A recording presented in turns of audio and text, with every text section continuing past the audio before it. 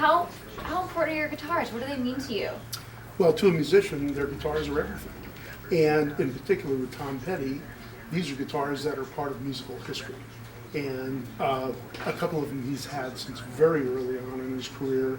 And they're on tunes like American Girl, Refugee, Don't Come Round Here Anymore. I mean, just on and on and on. And they mean a lot to him because they're what's comfortable to him and they're part of his history.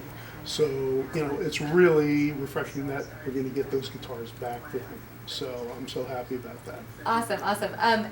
Did you talk to Tom after they were stolen? Actually, what happened was they called us 45 minutes after the guitars were stolen, and they said, these guitars are stolen, we're getting ready to go out on tour, we need some replacements.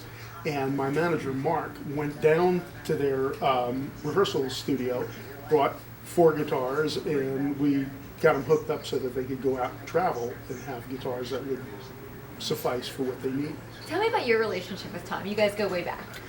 I go way back with Tom because we're both from Florida. And I actually played in a band with Ron Blair, his bass player, prior to him being in the Heartbreakers. I played with him for about 2 years. And we're very good friends. And Tom is bought almost all his guitars at the store here.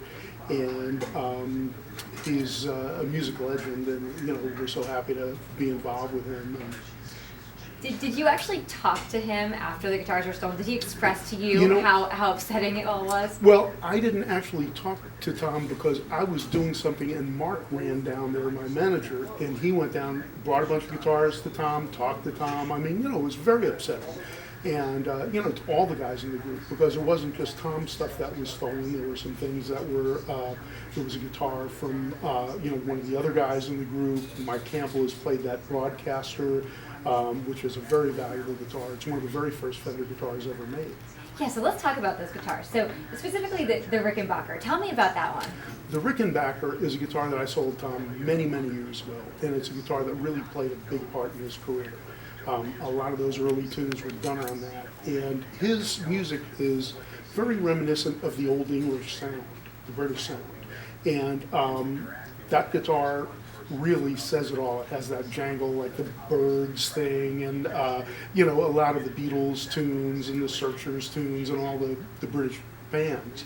And it's a very distinct sound, and he really took it to another place with that guitar. And that's like his wife, you know, I mean, it's, you know, and I know Dana, his wife, and she's a great gal, but this is, you know, it's something that's very dear to him and part of his history, and losing that is, you know, it's a terrible tragedy.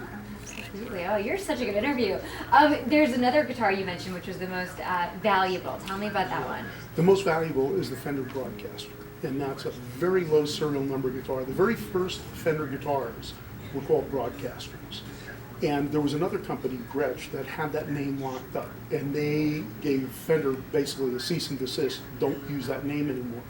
So what they did was they had to cut the decal off. And for a brief time they were called the No-Caster because they couldn't call them Broadcasters anymore. But with the advent of television, they became the Telecaster. So it was the predecessor to the Telecaster. And this is around 1950. Very cool. And did you tell me how much that one was worth? I can't remember. Well, they can be worth, I have one here that's fully original. It's $225,000. Now they do, the one that he had was not fully original. It had been refinished, but it was still could be $100,000, $120,000. Very rare guitar, and you see very few of them. Any idea how much all these guitars may have been worth altogether? I think probably, you know, it's a guesstimate, maybe $150,000, $160,000.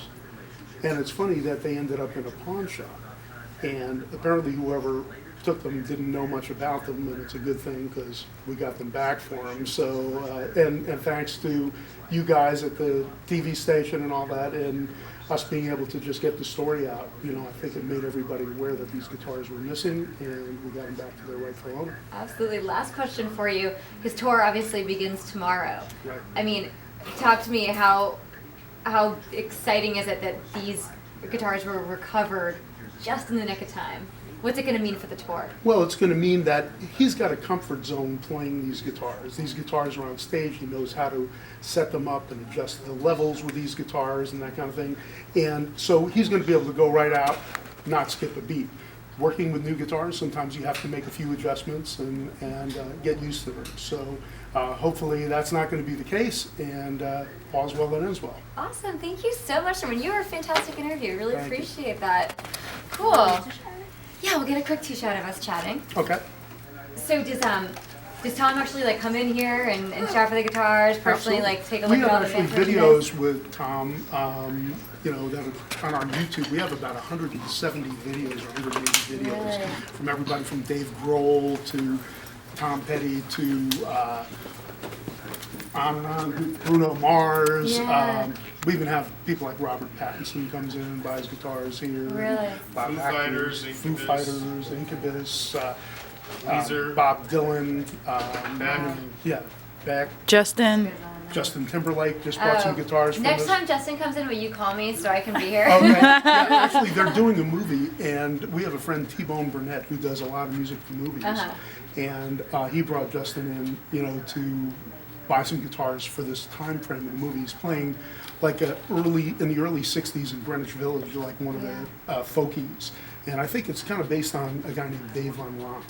So, Oh, very cool. yeah. Where are you from in Florida? Miami.